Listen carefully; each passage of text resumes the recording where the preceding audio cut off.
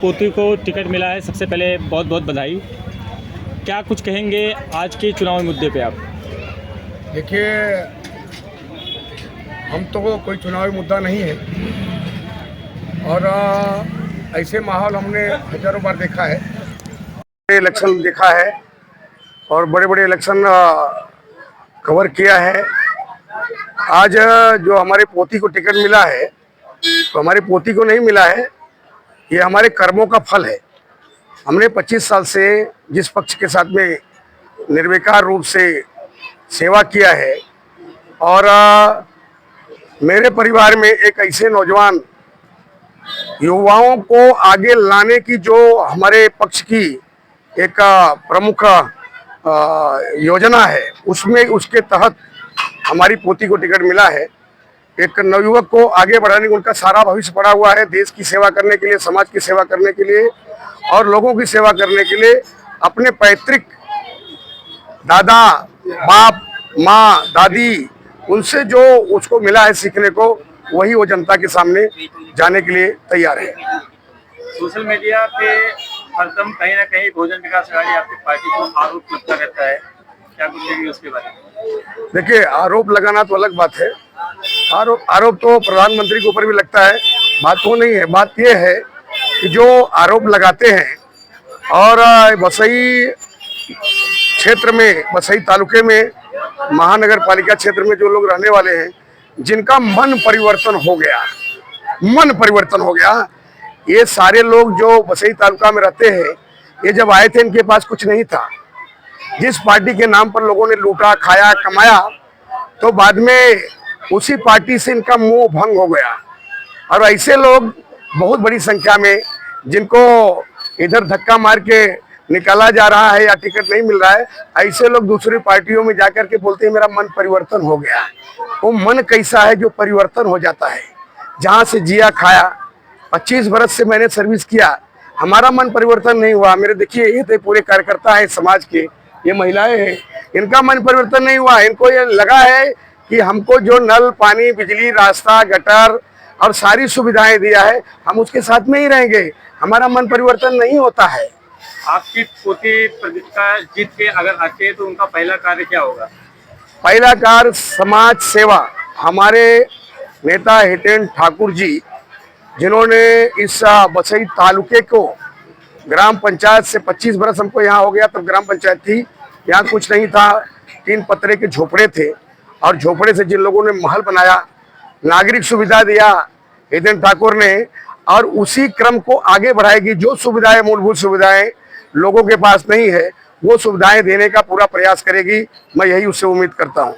महिलाओं के सुरक्षा के लिए, पहला सुरक्षा के लिए क्या कुछ करेंगे आप? जब हमारी महिलाएं वीरांगना रानी लक्ष्मीबाई के रूप पकड़ के मैदान में उतरेंगी तो उनकी सुरक्षा की जरूरत ही नहीं है, वो खुद संभाल लेंगे। आज भारत सरकार ने 50% आरक्षण महिलाओं को किस लिए दिया है? आपके कार्यकर्ताओं को छोड़ के एक आम आदमी आपसे डायरेक्ट कैसे मिलेगा और किस तरीके से उनको? देखिए, एक बात बता दूं कि सबके ऑफिस का समय सीमा है, लेकिन मेरी कोई समय सीमा नहीं है। मैं 6 बजे उठता हूं और 6, सवा 6 बजे ऑफिस पे आ जाता हूं और नहाने के लिए घर पे जाता हूं। ये मेरी दिनचर्या है और रात को 10 बजे तक रहता हूं यहीं पर, कल खाने के लिए घर पे जाता हूं। तो हर आदमी सामान्य रूप से, जब चाहे स्त्री, पुरुष, बच्चा, कोई समस्या लेके मेरे पास आ सकता है, उसको परमिशन लेने की जरूरत नहीं पड़ती। जो पहले के जनप्रतिनिधि थे, क्या आप उनके और उनसे बेहतर खरा उतरने का क्या? देखिए, मैं किसी का कंपटीशन नहीं करता हूं। जो जनप्रतिनिधि थे उन्होंने अच्छा काम किया है और हम भी कोशिश करेंगे कि अच्छा कार्यकर्ता बन के और अच्छा काम करे। यही मैं उम्मीद अपने से आने वाली पीढ़ी से करता हूँ।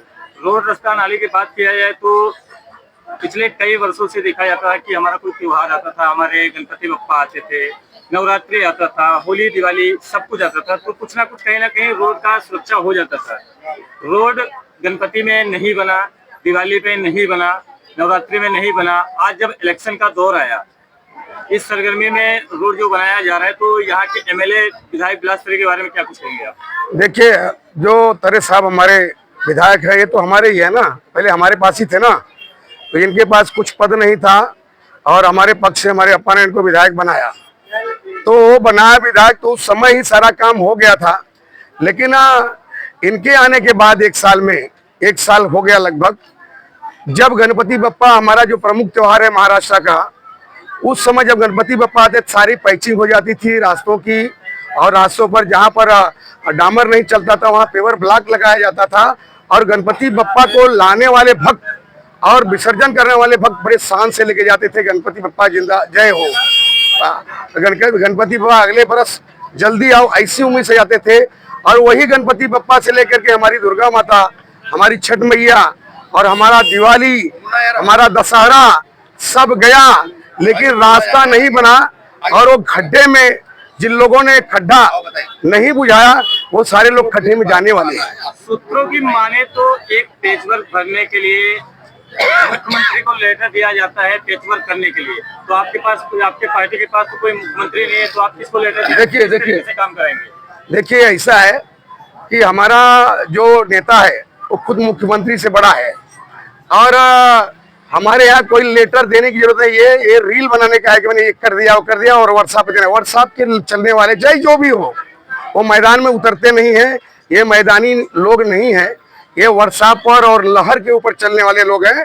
टीवी देख करके लोगों ने जो मन परिवर्तन किया, ये उसका नतीजा है कि कोई काम नहीं हो पा रहा है, और ये जो गड्ढे नहीं भरे जा रहे हैं, जो कोई काम नहीं हो रहा है। 1 साल तो हो गया, ये रील बना रहे हैं, मुख्यमंत्री के आ गया फोटो भेज देते हैं, ये कर दिया वो कर दिया, क्या हुआ? 1 साल में पूरी जनता ये सवाल कर रही है कि आपने 1 साल में क्या किया? एक गड्ढा भी नहीं भरा, और बाकी प्लान की बात तो छोड़ दीजिए।